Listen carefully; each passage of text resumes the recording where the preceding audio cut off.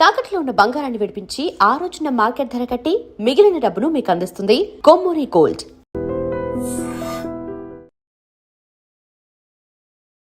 Welcome to I dream. నేను ఉదయశ్రీ. బెంగళూరులో జంట ఆత్మహత్యలు కలకలం రేపుతున్నాయి. అతను కెనడాలో జాబ్ చేసేవాడు. కెనడాలో జాబ్ పోయింది ఏ ఇంపాక్ట్తో. అయితే తల్లిదండ్రులకు మాత్రం ఇంకా కెనడాలోనే ఉన్నట్టు తెలుసు. సో ఆయన ఇంకొకరితో సహజీవనం చేస్తూ ఉన్నారు. ఇద్దరు వేర్వేరు మతాలకు చెందిన వాళ్ళు. ఏం జరిగిందో ఏమో ఇంకా పూర్తి డీటెయిల్స్ అయితే తెలియాల్సి ఉంది. కానీ ఇద్దరూ కూడా ఆత్మహత్య చేసుకున్నారు. అసలు ఏవైనా ఆర్థిక సమస్యలు కావచ్చు, ఇంకేవైనా సమస్యలు కావచ్చు, సొసైటీ నుంచి ఏమైనా ప్రాబ్లమ్స్ కావచ్చు, ఎందుకు అందరూ ఆత్మహత్య అనేది ఒక ఆప్షన్‌గా చూసుకుంటున్నారు. అదే ఇంకా అది తప్ప వేరే మార్గం అనేది లేదు అని అనుకుంటున్నారు. ఎందుకు ఓటమిని ఒప్పుకుంటున్నారు? ఎందుకు స్ట్రగుల్స్‌ని ఫేస్ చేయడానికి వెనుకడుగు వేస్తూ ఉన్నారు? ఇదే ఇవాల్టి మన టాపిక్. దీనిపైన మాట్లాడడానికి మనతో ఉన్నారు motivational speaker, public speaker and family counsellor Rajani Rama garu. మాట్లాడదాం. నమస్తే అండి. నమస్తే అండి. చాలా బాధాకరంగా అనిపిస్తోంది. ఎందుకంటే అందరూ 20స్‌లోనే ఈ మధ్య కాలంలో ప్రతి ఒక్కరు కూడా ఈ 20-40 మధ్యలో అసలు ఏమైనా ప్రాబ్లమ్స్ వచ్చినప్పుడు ఇప్పుడు వాళ్ళు అంటే ఎడ్యుకేటెడ్ ఉంటారు. అందరూ 20s దాటినయి అని అంటే ఇంటర్మీడియేట్ అయిపోయి ఉంటది. డిగ్రీ అయిపోయి ఉంటది.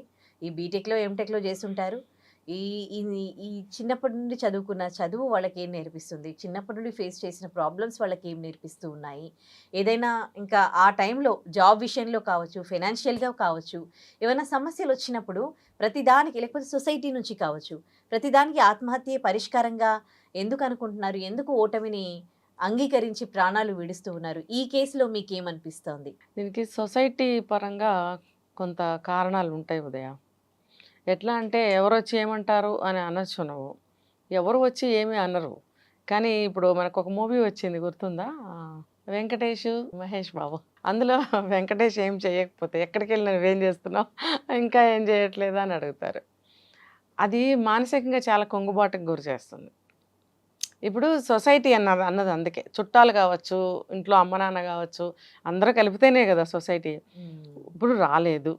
కారణాలు ఉన్నాయి కదా! కారణాలు ఉన్నప్పుడు నీకు ఇంకా ఉద్యోగం రాలేదా? నువ్వు ఇంకా ప్రయత్నాలు చేయట్లేదా? వాడు చేస్తూనే ఉంటాడు. ఒక అబ్బాయి అనేవాడు ప్రయత్నాలు చేస్తాడు. నేను ఉద్యోగం చేయకుండా సోమరిలాగా ఉండాలని ఎక్కడో 1000 మందిలో ఒకళ్ళో ఇద్దరు అనుకుంటారేమో. దాదాపుగా అందరూ ఏదో ఒకటి చేయాలని అనుకుంటారు. అనుకుంటున్నప్పుడు వీళ్ళందరూ ఇలా ప్రశ్నలు వేస్తే వాడికి తిక్కరేగుతుందనమాట. తిక్కరేగి అక్కడ గొడవన్నా పెట్టుకుంటాడు, డిప్రెషన్లో కన్నా వెళ్తాడు.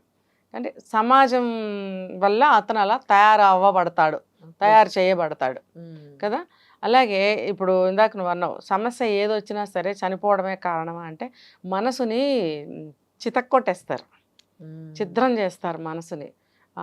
ఆత్మస్థైర్యాన్ని పోయేలాగా పరిస్థితులు చేస్తాయి కొన్ని. కొంత సమాజంతో చేయబడతారు, కొన్ని పరిస్థితుల వల్ల చేయబడతారు. ఆ సమయంలో ఏమవుతుందంటే నాకేనా ఇన్ని కష్టాలు వచ్చాయి, నేను ఇంకేం చెయ్యలేనా, నాకు ఉద్యోగం రాదా, లేకపోతే నాకు పెళ్ళి కాదా, లేకపోతే నేను ఈ పరీక్ష పాస్ అవ్వలేనా, లేకపోతే నాకు ఈ సబ్జెక్ట్ ఇంకా పట్టుపడదా, నేను ఇంకా దేనికి పనికిరానా, ఇలాంటి ఆలోచనలు వచ్చి వచ్చి వచ్చి వచ్చి ఎస్ కరెక్ట్ కరెక్ట్ కరెక్ట్ అని లోపల మనసు చెప్తూ ఉంటుంది. ఇంకా దానివల్ల ఏమవుతుందంటే అది ఇంకా డిప్రెషన్లో కూరుకుపోవడము, అందులోంచి బయట పడలేకపోవడం అనేది జరుగుతూ ఉంటుంది. సరే ఇది పక్కన పెడితే ఈ అబ్బాయి కెనడా నుంచి ఇప్పుడు ఏ ఇంపాక్ట్ బాగా పడుతోంది, లే ఆఫ్లు చాలా జరుగుతున్నాయి, కొన్ని వేల మంది జాబ్స్ పోతున్నాయి. పాపం మనం ఆలోచిస్తే వీళ్ళంతా ఏమైపోవాలి అనేది అసలు వాళ్ళు ఆలోచిస్తున్నారా కదా. నేను గతంలో కూడా ఒక వీడియోలో చెప్పాను, ఏ టెక్నాలజీ అయినా సరే ఏ విషయంలో వాడుకోవాలి,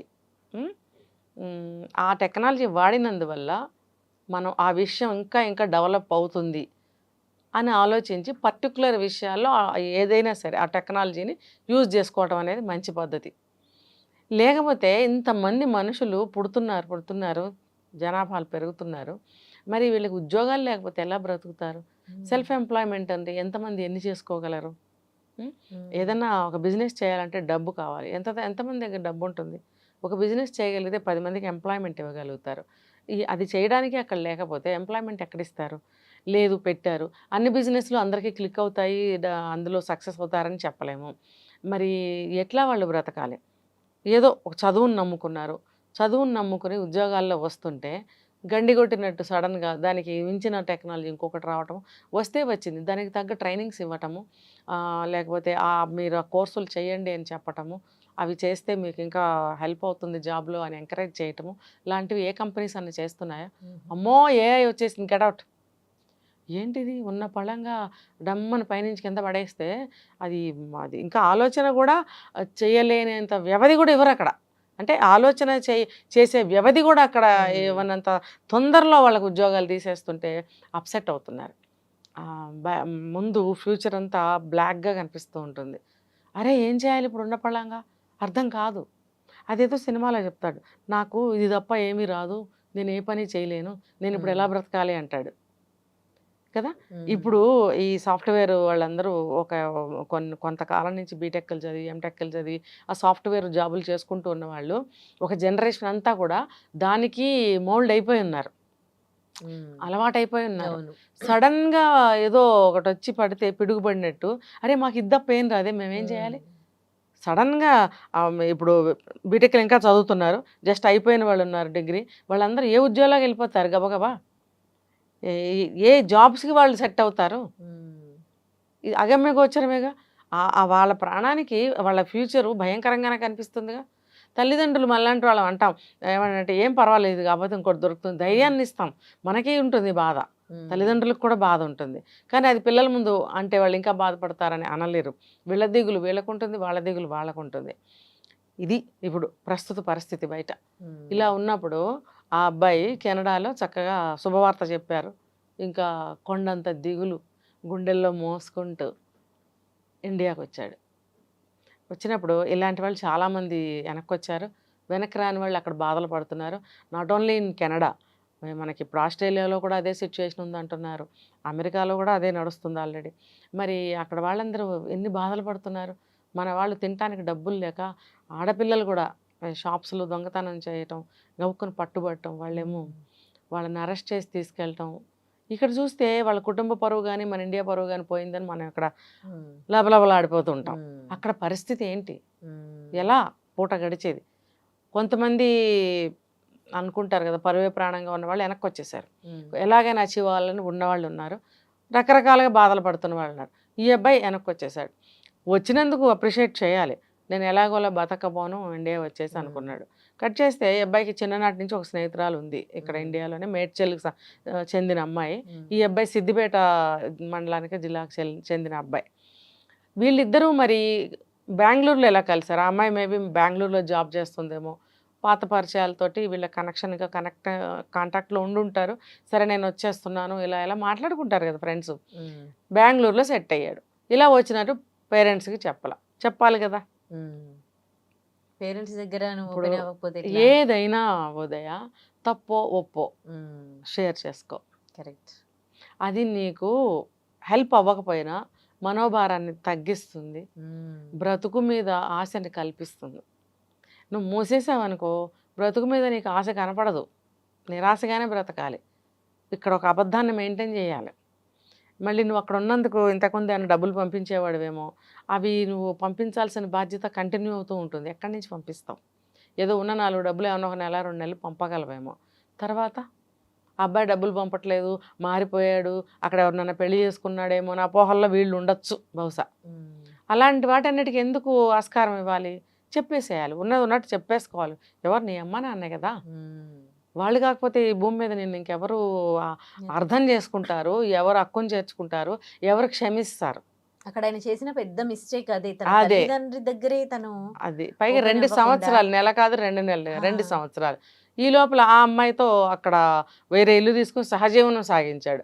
ఎందుకు అని అంటే ఇక్కడ నాకు ఒకటి అర్థమవుతుంది, రేపు మాపు ఒక ఉద్యోగం వచ్చేస్తుందిలే, బెంగళూరు వచ్చేసాను కదా, అది కూడా మంచిగా సాఫ్ట్వేర్ జాబ్స్ అవన్నీ ఉన్న ఏరియానే కదా, మనకి జాబ్ వస్తుంది. అమ్మాయి కూడా అలానే ఆశాజనకంగానే సలహా ఇచ్చి ఉంటుంది.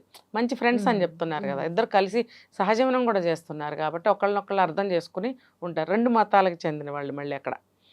సరే నడుస్తూ ఈ అబ్బాయికి 2 సంవత్సరాలు గడిచిన తర్వాత ఇప్పుడు నువ్వు ఇందాక అడిగావు ఎందుకు చనిపోవాల్సి వచ్చింది అని అంటే, నాకేమనిపిస్తుంది అంటే ఈ అమ్మాయి రంజాన్ కని ఊరు వెళ్ళింది, వెళ్ళి వచ్చేటప్పటికి ఊరి పెట్టుకుని చనిపోయాడు. అమ్మాయికి కూడా అర్థం కాదు, అంటే అమ్మాయికి కూడా ఏం చెప్పలేదు, అమ్మాయికి కూడా ఏం తెలీదు. అయినప్పుడు నాకేమనిపిస్తుంది అంటే 2 సంవత్సరాలు ఎదురు చూశాను, జాబ్ రాలేదు. మరి తల్లిదండ్రులకి ఏమని చెప్పాలి? ఇప్పుడు ఇండియాలో కూడా దాదాపు ఆ సిచ్యువేషనే నడుస్తుంది. ఏది ఏఐ టెక్నాలజీ రావటము, లే ఆఫ్లు నడవటం, ఇక్కడ కూడా నడుస్తుంది అదే పరిస్థితి. కానీ ఏదైనా ఒక చిన్న ఉద్యోగం దొరుకుతుందన్న ఆశతో ఉండుంటాడు. మరి ఇంతకాలం మెయింటెనెన్స్ ఆ అమ్మాయి మీద డిపెండ్ అయ్యాడా, లేకపోతే ఏదైనా చిన్న చిన్న ఏమన్నా చేస్తున్నాడా, అది మనకి ఇన్ఫర్మేషన్ లేదు. ఏమైనా ఆ అబ్బాయి మానసిక పరిస్థితి నాకు అర్థమైంది ఏంటంటే, ఈ అమ్మాయిని నేను ఆశ కల్పించి సహజీవనం కూడా చేసేస్తున్నాను, తాళి కట్టలేదే కానీ పెళ్ళైనట్టే కదా, మరి నేను చూస్తేనేమో జాబ్ లేదు, తల్లిదండ్రులకి ఏమో అబద్ధం చెప్తున్నాను, రేపొద్దున ఆ అమ్మాయి బలవంతం చేసి పెళ్లి చేసుకొని ప్రెషర్ తీసుకొస్తే నేను ఆ అమ్మాయికి ఏం సమాధానం చెప్పాలి? ఇక్కడ జాబ్ లేదు. పోనీ ఇవాళ రేపు అమ్మ నాన్నలకు చెప్పేద్దాము నేను వచ్చేసాను అని అంటే, ఈ 2 సంవత్సరాలు అయింది నువ్వు వచ్చి మాకు ఎందుకు చెప్పలేదని ఒక నింద వేస్తారు. తర్వాత ఒక పక్కన చూస్తే ఇంకా జాబు రాలేదు. నేను ఎవరికి ఎక్కడ ఎలా సమాధానం చెప్పుకోగలను, ఎక్కడ ఎలా ముఖం చూపించుకోగలను? ఒక ఆడపిల్ల మీద డిపెండ్ అయ్యి నేను ఇక్కడ సహజీవనం కూడా చేసేస్తున్నాను, ఎలా సమాధానం చెప్పాలి రేపు అమ్మాయి పేరెంట్స్కైనా? అంటే ఇన్ని ఇక్కడ మానసికంగా బలంగా కృంగిపోయాడు కృంగిపోయారు బాగా. దాన్ని డిప్రెషన్ అని కూడా అంటాం మనం. మరి ఇప్పుడు ఈ కేసులో మానసికంగా కృంగిపోయినట్టు మనకు క్లియర్గా కనిపిస్తోంది కాబట్టి ప్రతి మనిషికి ఇప్పుడు ఇలాంటి ఎన్నో కేసెస్లో ప్రతి మనిషికి కావాల్సింది ఏంటి? మానసిక బలం. ఆ బలం అనేది ఎవ్వరికీ ఉండట్లేదు. సో ఒకవేళ సొసైటీ వాళ్ళు చనిపోయారనుకోండి, సొసైటీ ఇబ్బంది పెట్టింది, సొసైటీ ఏమైనా చేస్తుందేమో అన్న భయంతో మారాల్సింది సొసైటీ. సో ఈ కేసులో మీకు ఏమనిపిస్తుంది? అంటే మనం ఎప్పుడు కూడా సొసైటీకి కొన్ని సందర్భాల్లో భయపడాల్సిన అవసరం లేదు. ఇదేంటంటే ఇదేదో మన చేతులారా మనం చేసుకున్నది ఏమీ కాదు. బయట సామాజిక పరిస్థితులు అట్లా ఉన్నాయి కాబట్టి, జాబ్స్ పరిస్థితులు అలా ఉన్నాయి కాబట్టి ఎవరిని నిందించలేము, ఎవరో ఏదో అంటారని భయము పడకూడదు. ఇక్కడ అబ్బాయి చేసిన తప్పు ఏంటంటే తల్లిదండ్రులకు చెప్పకపోవడం. లేట్ అయినా సరే అప్పుడైనా చెప్పాల్సింది, అమ్మ నేను దొరుకుతుందని ఆగాను, దొరకలేదు, ఇది పరిస్థితి అని చెప్పు ఉండాల్సిందే. చెప్పినట్టయితే కాస్త మానసికమైనటువంటి ఇది వచ్చేది. ఇంకొక విషయం ఏంటంటే, ఇప్పుడు ఒక పరిస్థితి చక్కబడాలంటే చాలా టైం తీసుకుంటుంది. తక్కువే కావచ్చు, ఎక్కువే కావచ్చు, కొంత టైం అయితే తీసుకుంటుంది. మరి నువ్వు ఇంకా కొంచెం ఏమన్నా దానికి సంబంధించిన కోర్సులు చేయడమా, ఇంకా నీ యొక్క స్కిల్స్ పెంచుకోవడమా? ఇప్పుడు ఒక పీరియడ్, బ్యాడ్ పీరియడ్ నడుస్తూ ఉంటుంది. ఇప్పుడు జాతకాలు నమ్మే వాళ్ళు ఏమంటారు, శని ప్రభావం, శని పీరియడ్ నడుస్తుంది, దాంట్లో అంతర్దశలు, ఇలా ఏవేవో దశలు చెప్తారు. అది మొత్తం ఏలినాటి శని 18, 17 సంవత్సరాలు, 7 సంవత్సరాలు పెద్ద పీరియడ్స్ చెప్తారు వాళ్ళు. అలా ఉన్నప్పుడు మనకి పరిస్థితులు అనుకూలంగా ఉండవు, అంటే ఇది నమ్మేవాళ్ళకి. అప్పుడు మనల్ని నిందించుకోవాల్సిన అవసరం లేదు. పక్క నుంచి ఇంకోటి ఏదన్నా మనకి వీలైనది ఏదో ఒకటి చేసుకుంటూ ఈ ప్రయత్నాన్ని కొనసాగిస్తూ ఇంట్లో వాళ్ళతో ఓపెన్గా ఉండటము ఇలాంటివి చేయలేకపోతున్నారు. ఎందుకంటే వీళ్ళకి ఆత్మస్థైర్యం సన్నగిల్లిపోతుంది. అంటే వెంటనే జరిగిపోవాలి. ఇప్పుడు ఈ తరం వాళ్ళకి అన్నీ అంటే జరిగిపోవాలి. అట్లా ఎట్లా ఉంటుంది? ఇప్పుడు పగలు రాత్రి ఎలాగో కష్టాలు సుఖాలు కూడా అలాగే. అంతే. ఎంత చెప్పినా వాళ్ళకి అర్థం కాదు. ఇప్పుడు కష్టం పీరియడ్ నడుస్తుందా, సుఖం కూడా వస్తుంది కదా. అవును. ఇప్పుడు ఏంటంటే మళ్ళీ ఒక వేవ్ వస్తుంది. ఆ వచ్చినప్పుడు మళ్ళీ అన్ని అవకాశాలు వస్తాయి. ఈ లోపల మనం ఏదో ఒకటి చేద్దాం. మనం చదువుకున్నాం, అక్కడ కెనడాలో జాబ్ చేసి వచ్చాం, మనకి స్కిల్స్ బాగానే ఉన్నాయి కాబట్టే కదా అక్కడ జాబ్ చేసాము. ఇవన్నీ ఎందుకు ప్లస్లే కదా, ఇవన్నీ ఆలోచించుకోలేకపోతారు. ఇలా జరిగిందేంటి, ఇవి ఇంకా రాలేదేంటి జాబు, ఇంటి దగ్గర ఏం చెప్పుకోను, ఒక పక్కన ఈ అమ్మాయికి నేను సహజీవనం చేస్తున్నాను, ఈ సమస్యల గురించి ఆలోచించడం వల్ల పరిష్కారం దొరకట్లేదు. ఎప్పుడు కూడా సమస్య గురించి ఆలోచించొద్దు, దాని పరిష్కారం కోసం ఆలోచించాలి. ఇప్పుడు సమస్యనే ఆలోచిస్తుంటే ఆ సమస్య ఎక్కడికి పోతుంది? మన దగ్గరే ఉంటుంది. అది చాలా మందిలో చూస్తుంటామండి, ఏమైనా ప్రాబ్లం వచ్చినప్పుడు నాకు ఇట్లా జరిగింది ఎందుకు, నాకు ఇట్లా అందులోనే ఉంటారు, నాకే ఎందుకు జరిగింది, నాకే ఇలా అనుకోవడం కంటే సరే వచ్చింది సమస్య, నేను ఫైట్ చేస్తాను చేయాలి దాని మీద. ఇప్పుడు ఈయన జాబ్ పోయింది, ఆయన నిజంగా జాబ్ చేయాలి అని అనుకుంటే ఇంకో జాబ్ దొరకకుండా ఉంటుందా? పోనీ అంతకన్నా కొంచెం దొరుకుతుంది, ఇంకా కొంచెం టైం పడుతుంది. అదే జాబ్ పోయే వాళ్ళందరూ కూడా ఇది ఆలోచించాలి. మన దగ్గర రిక్వైర్మెంట్స్ ఉన్నాయి, జాబ్ డిమాండ్ ఉంది, అండ్ ఇక్కడ వీళ్ళు కూడా ఉన్నారు క్యాండిడేట్స్. సో కనుక ఒకవేళ ఆ జాబ్ పోతే ఇంకేదైనా జాబ్ ప్రయత్నించండి. జాబ్ పోగానే సూసైడ్ చేసుకోవడం ఏంటి, ప్రతి దానికి కృంగిపోవడం ఏంటి? దీనికి కారణం ఏంటంటే ఏదైనా సరే వెంటనే అయిపోవాలి, ఎదురు చూసే సహనం ఉండదు, భయం ఒకటి, వీళ్ళకి అవుతుందా లేదా అన్న భయం ఒకటి, ఎవరితోనూ షేర్ చేసుకోలేకపోవడం ఒకటి, వీళ్ళకి ఇలా ఈ కారణాల వల్ల వీళ్ళు ముందుకు వెళ్ళలేక అబ్బా ఇప్పుడు అనవసరం, ఈ సమస్యల్లో నేను తీర్చలేను, సాల్వ్ చేయలేను, ఇంకా చచ్చిపోవడమే దీనికి మార్గం, అరే కాస్త తప్పు చేసినా అదే పని చేస్తున్నారు. అప్పు చేసే ముందు కొంచెం ఆలోచించుకుంటే ఇంక ఇంజనీళ్ళైనా తాగి బతుకుతావు కదా ఈ టార్చర్ లేకుండా. కరెక్ట్. అదొక బాధ, ఫ్యామిలీని ఎట్లా పోషించాలి. ఇలా ఈ రకరకాల సమస్యలతోటి, బాధలతోటి, సందేహాలతోటి వీళ్ళు బ్రతుకుల్ని ముగించుకుంటున్నారు.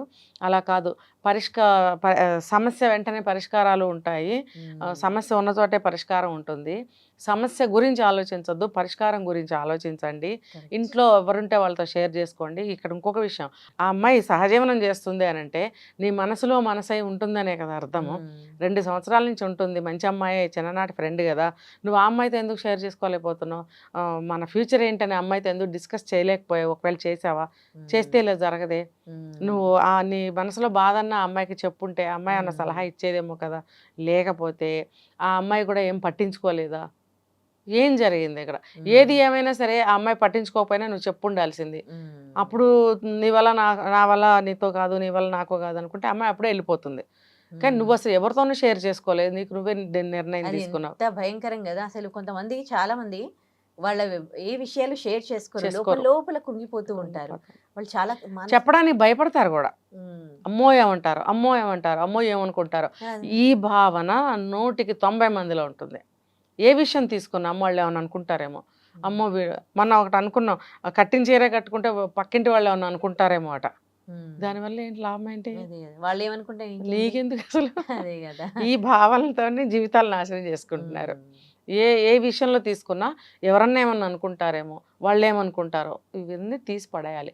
మన జీవితం, మనం నష్టపోతే ఎవరు వచ్చి తీర్చరు, 1 రూపాయి కావాలంటే ఎవరు ఇవ్వరు, తిన్నావా ఉన్నావా అని ఎవరు అడగరు. జ్వరం వచ్చి 4 రోజులు అలాగే బయటికి వెళ్ళి పనులు చేసుకుంటూ వస్తుంటే కూడా ఏంటండి అలా ఉన్నారని ఎవరు అడగరు. కరెక్ట్ కదా.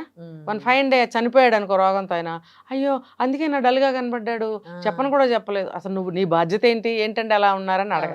సమాజానికి అవసరం లేదు. సమాజానికి అవసరం లేనప్పుడు నీకు సమాజంతో ఎందుకు? బాగా చెప్పారు. ఎనీవేస్, ఇలాంటివి అంటే మానసికంగా మాత్రం చాలా స్ట్రాంగ్గా ఉండాలి. ఈ రోజుల్లో ప్రతి ఒక్కరికి అది అవసరం. నాకు తెలిసి ఎడ్యుకేషన్లో కూడా ఇది కూడా ఇంక్లూడ్ చేస్తే చాలా బాగుంటుంది. ఇలాంటి సూసైడ్స్ ఆగిపోతాయేమో. థ్యాంక్ యూ అండి. And for more videos, please subscribe to iDream. Please subscribe to iDream. Please subscribe iDream. And please subscribe to iDream. For more videos, subscribe to iDream. please like, share and subscribe to the channel. Congratulations, iDream. Subscribe to iDream. Subscribe to iDream. So subscribe to iDream Media. iDream ki iDream team andarki huge congratulations. Please subscribe iDream Media. Please subscribe to iDream. Subscribe iDream. Please subscribe to iDream. iDream అంటే నా కళల ఛానల్ను subscribe చేసుకున్న నోరు తిరుగుతలేదు, మీరైతే గంట గుర్తు కొట్టండి. For more such videos, please subscribe to iDream. Subscribe to iDream. Please subscribe to iDream. Please subscribe iDream Media. Please do subscribe to iDream. Please subscribe to iDream Media. For best entertainment and information, please subscribe iDream. And don't forget to subscribe to iDream.